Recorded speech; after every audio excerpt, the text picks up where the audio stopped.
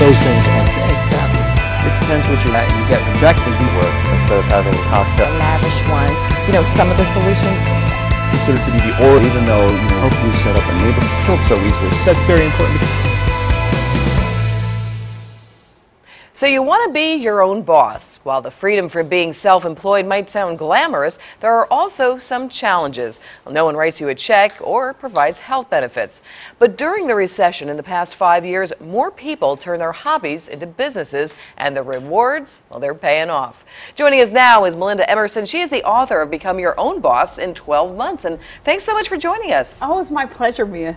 Well, all right, let's talk about this. Now, this is a new book. This gives you a month-to-month guide to how to become your own boss. What are the tips that you start to outline for folks? Well, in my book, I really lay out a 6-step system for people to make the transition from having a job to starting a business. So step 1 in what I call the Emerson planning system is you really need to develop a life plan. You've got to figure out what you want out of life and then build a business that aligns with that. I've seen people start businesses that might be good businesses but aren't good businesses for them. Don't start a daycare center if you don't like and don't have any children, right? You Good point. You need to really understand what's going on. The second step is you got to develop your financial plan. Look, the money to start your business is going to come from your right or your left pocket. So you've got to figure out whether or not you can even afford to become an entrepreneur.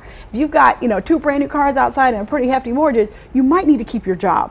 And then step 3 in my system is you've got to look at what skills you have and then what skills you need to run your particular kind of business. I like to tell people they should probably work part-time for a business like the one they want to start so they can really understand what is all involved in running their business.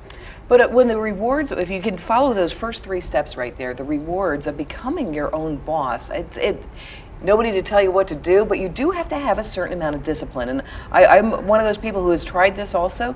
You have to have some discipline. Oh, you do. And the number 1 thing you have to have is fiscal discipline, right? So you've got to ask yourself why 3 times before making any purchase. Just because that new iPhone came out doesn't mean you need to have one. You might need the iPhone 4. You know what I mean? You might need to get the one before that. You just have to be smart. You need to be frugal. There's so much free resources and freeware out here. You just don't want to buy things you don't need to because you get caught up in the bright shiny object syndrome in terms of things in your business.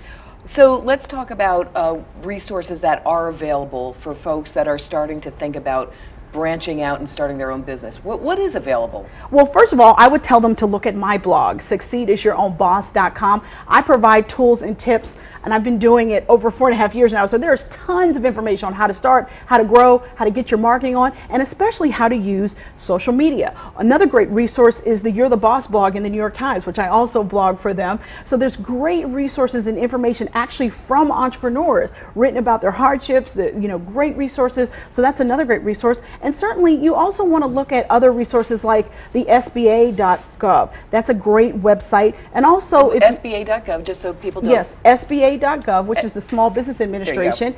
And also too, there's another great website called score.org. And this is great because SCORE is an organization that provides free mentors to people starting a business at free or extremely low cost. So if you don't have a mentor or someone helping you in your business, you can get one for free online from score.org. Well, let's get your personal story. How did you start? Because basically you're an entrepreneur too. I am. I've been an entrepreneur for 14 years. I started when I was 12, right? Now, I really came from the television industry. I was a former television producer. I started my first company in 1999, a video production company, and I was actually inspired by Oprah Winfrey. She was the first journalist I ever saw start a business, and I was in college when Harpo Productions really got rolling really big, and that was how I got my inspiration to start my own business. And then fast forward to 2007, I had my first child, and I wanted to reposition myself, and I figured out that the most valuable thing in my business was what I learned from running it. So now I sell business information, and I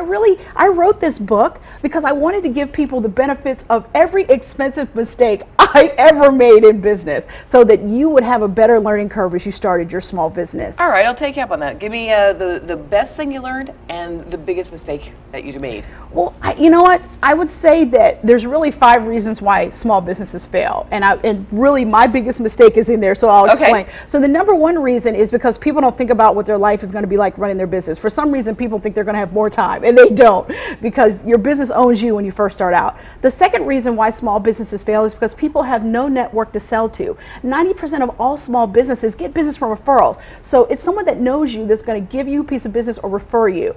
The third thing is people just don't save enough money, so they simply run out of runway before they start their business.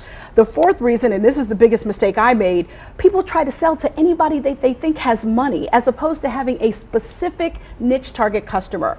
Who makes more money, your cardiologist or your primary care physician? Cardiologists make more money all day long because they are specialists. And lastly, you got to have fiscal discipline. If you don't manage your household with a budget, you're not going to manage your business with a budget. And really, you got to know your numbers. You got to know how much profit is in every sale. Well, I'll tell you, you have been inspirational to me personally, so I'm going to certainly take a look at your book and take a look at your website. Website, one more time. SucceedIsYourOwnBoss.com. And I'm the Small Biz Lady on Twitter and Facebook, and there's tons of information out there that I give for people who want to start and grow profitable and sustainable small businesses. Well, Melinda Emerson, it has been a pleasure. We are so glad that you made it here on Ebru today. Thank you so much.